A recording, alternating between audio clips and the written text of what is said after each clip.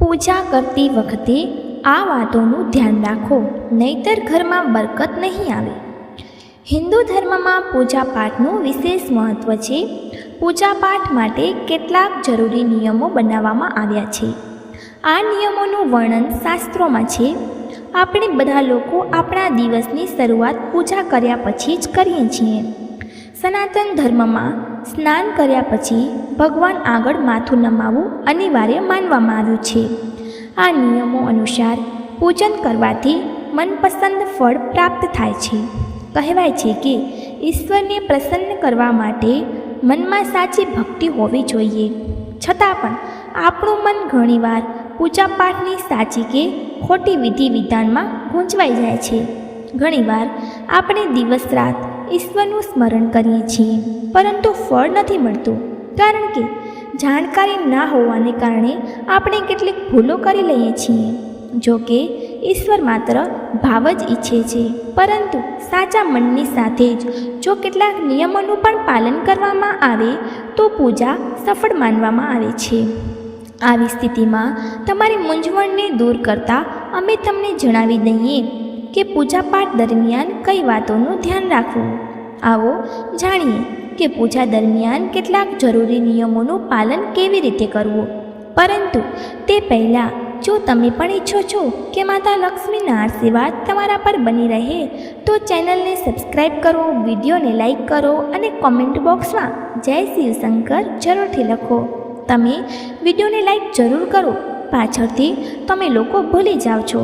તમારી એક લાઈક અમારા આગળ વિડીયો બનાવવાનું મનોબળ વધારે છે. નંબર 1, કોઈ પણ દેવી દેવતાની પૂજા શરૂ કરતાં પહેલાં ભગવાન ગણેશને પ્રણામ કરવા જોઈએ. માન્યતા છે કે પૂજા શરૂ કરતાં પહેલાં ભગવાન ગણેશને પ્રણામ ન કરવાથી પૂજા સફળ નથી થતી. નંબર 2, ભગવાનની સામે ક્યારે પણ એક હાથથી પ્રણામ ન કરવા જોઈએ.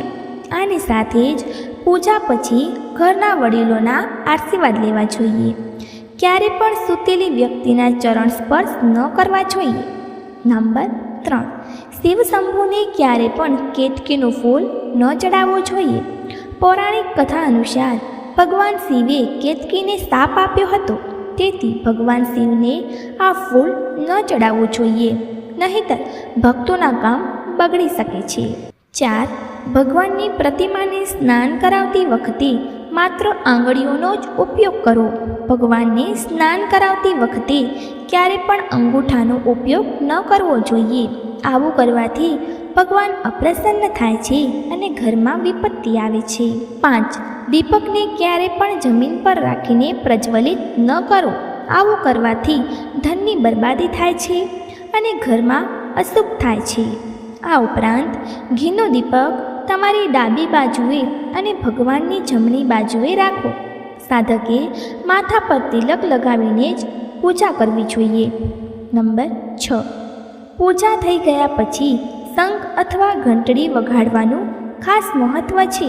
એવું માનવામાં આવે છે કે શંખ અને ઘંટડી વગાડવાથી ઘર અને મન સ્વચ્છ થાય છે. 7, સનાતન ધર્મમાં પૂજા દરમિયાન દીપક પ્રગટાવવો અનિવાર્ય હોય છે. જો તમે પૂજા દરમિયાન દીપક નથી પ્રગટાવતા તો તમને પૂજાનું શુભ ફળ નહીં મળે. 8, ઘરમાં મંદિર પૂર્વ દિશામાં હોવું જોઈએ. માન્યતા છે કે મંદિર આ દિશામાં હોવાથી ઘરમાં ધન અને સંપત્તિનું આગમન થાય છે. નંબર 9, શાસ્ત્રો અનુસાર વ્યક્તિએ ક્યારે પણ બપોરના સમયે પૂજા ન કરવી જોઈએ. ખાસ કરીને બપોરે 12 વાગ્યાથી લઈને 3 વાગ્યા સુધી પૂજા ન કરો. આ સમયે પૂજા કરવાથી ફળ પ્રાપ્ત થતું નથી. નંબર 10, પૂજામાં વપરાતા કળશ અથવા પાણીના લોટાને હંમેશા ઈશાન ખૂણામાં રાખવા જોઈએ. દીપક અને કળશને એકબીજાથી બિલકુલ નજીક ક્યારે ન રાખો, નહીંતર તેના દુષ્પ્રભાવ ભોગવવા પડે છે. નંબર 11, પૂજા હંમેશા આસન પર બેસીને જ કરવી જોઈએ. આસન પર બેસીને પૂજા ન કરવાથી તેનું ફળ મળતું નથી. આસનના રંગની પસંદગી તમારે તમારી રાશિ પ્રમાણે કરવી જોઈએ. 12, ભગવાન શાલિગ્રામને ક્યારે પણ ચોખા અર્પણ ન કરવા જોઈએ. વાસ્તુશાસ્ત્ર અનુસાર આવું કરવાથી દોષ લાગે છે. નંબર 13, પૂજામાં ગંદા કપડાં પહેરીને ન બેસો. ક્યારે પણ ગંદા કપડાં પહેરીને પૂજા ન કરવી જોઈએ. માન્યતાઓ અનુસાર આવું કરવાથી ઘરમાં દરિદ્રતા આવે છે. નંબર 14, પૂજામાં વપરાયેલા ફૂલો જો સુકાઈ જાય તો તેમને ક્યારેય ફેંકવા નહીં. સુકાયેલા ફૂલોને કોઈ પવિત્ર નદીમાં વહાવી દેવા. નંબર 15, પૂજાપાઠ સમયે ગુગળયુક્ત ધૂપબત્તીનો ઉપયોગ કરો. ગુગળ ઘરના વાતાવરણને શુદ્ધ કરે છે અને ઘરમાંથી નકારાત્મક ઉર્જા કે ખરાબ દોષને દૂર કરે છે. નંબર 16, રાત્રે સૂતી વખતે પૂજા સ્થળે લાલ કપડાથી ઢાંકી દેવું જોઈએ અને સવારે પડદો હટાવી દેવો જોઈએ.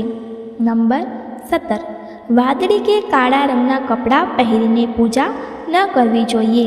વાદળી કે કાળા રંગના કપડાં તમે શનિદેવ, ભૈરવ અને માં કાળીની પૂજામાં પહેરી શકો છો. નંબર 18, ઘરમાં સેવા પૂજા કરનાર ભગવાનના એકથી વધુ સ્વરૂપની પૂજા કરી શકે છે. ઘરમાં 2 શિવલિંગની પૂજા ન કરવી તેમજ પૂજા સ્થાને 3 ગણેશજી ન રાખવા. નંબર 19, શાલિગ્રામની વટી જેટલી નાની હોય તેટલી વધુ ફળદાય છે. કુશા પવિત્રીના અભાવમાં સોનાની વીંટી ધારણ કરીને પણ દેવકાર્ય સંપન્ન કરી શકાય છે. નંબર 20, પાણી, દૂધ, દહીં, ઘી વગેરેમાં આંગળી ન નાખવી જોઈએ. તેમને લોટો, ચમચી વગેરેથી લેવા જોઈએ, કારણ કે નખ સ્પર્શથી વસ્તુ અપવિત્ર થઈ જાય છે. આથી આ વસ્તુઓ દેવપૂજા માટે યોગ્ય રહેતી નથી.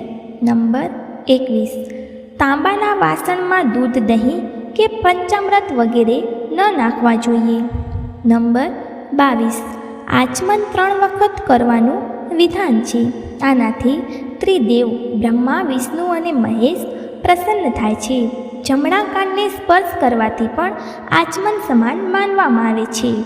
નંબર 23, કુશાના અગ્રભાગથી દેવતાઓ પર જળ ન છાંટવું.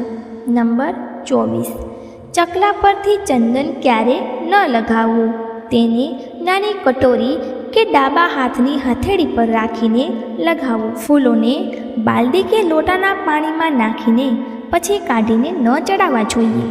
નંબર 25, શ્રી ભગવાનના ચરણોની 4 વખત, નાભીની 2 વખત, મુખની 1 વખત અથવા 3 વખત આરતી ઉતારીને સમગ્ર અંગોની 7 વખત આરતી ઉતારવી જોઈએ.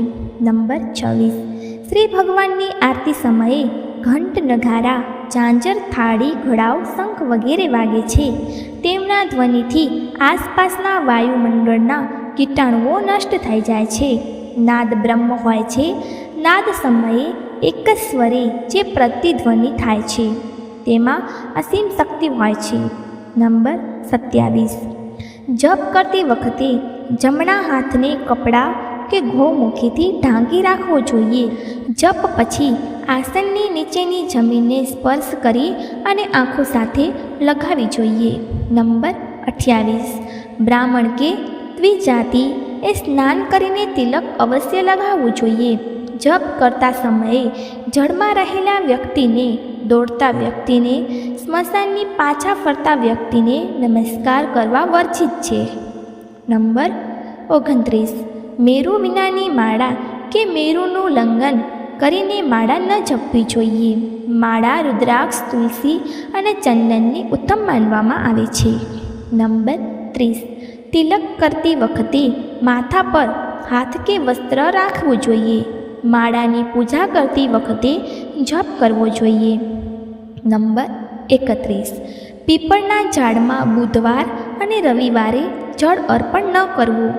નંબર 32, વિષ્ણુને ચોખા, ગણેશજીને તુલસી, દેવીને દુર્વા, સૂર્યને બિલપત્ર ક્યારે પણ ન ચડાવવા જોઈએ.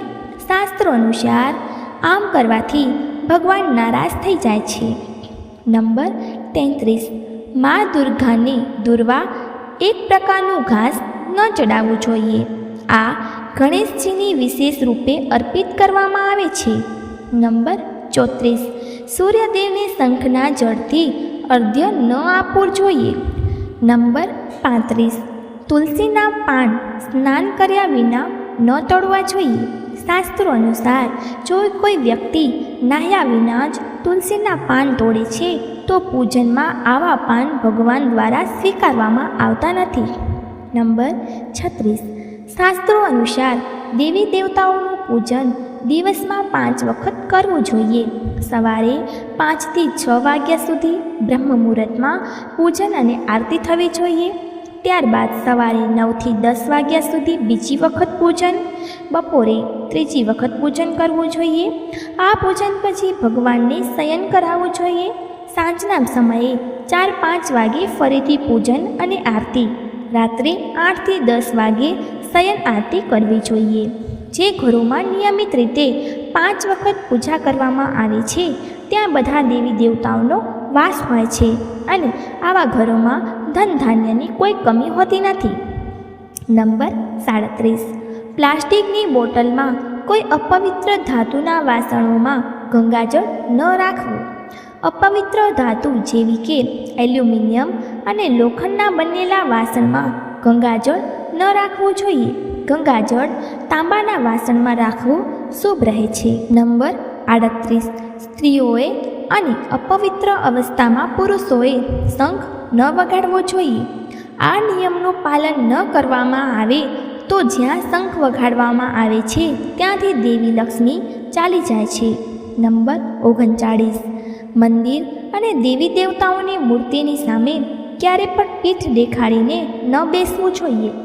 નંબર 40, મા લક્ષ્મીની વિશેષ રૂપે કમળનું ફૂલ અર્પણ કરવામાં આવે છે. આ ફૂલને 5 દિવસ સુધી પાણી છાંટીને ફરીથી ચડાવી શકાય છે.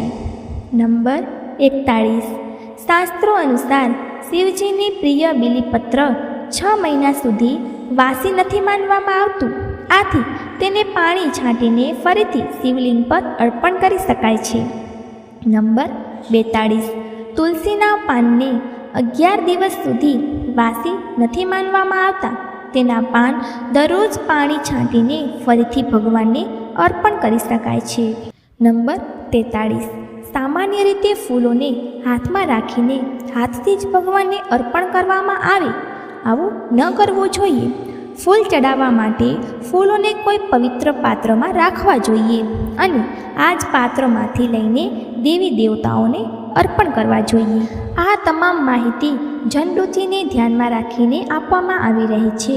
જ્યોતિષ અને ધર્મના ઉપાયો અને સલાહો તમારી આસ્થા અને વિશ્વાસ પર અજમાવજો. વિડીયોનો ઉદ્દેશ્ય માત્ર તમને સારી સલાહ આપવાનો છે. આ સંદર્ભે અમે કોઈ પણ પ્રકારનો કોઈ દાવો કરતા નથી.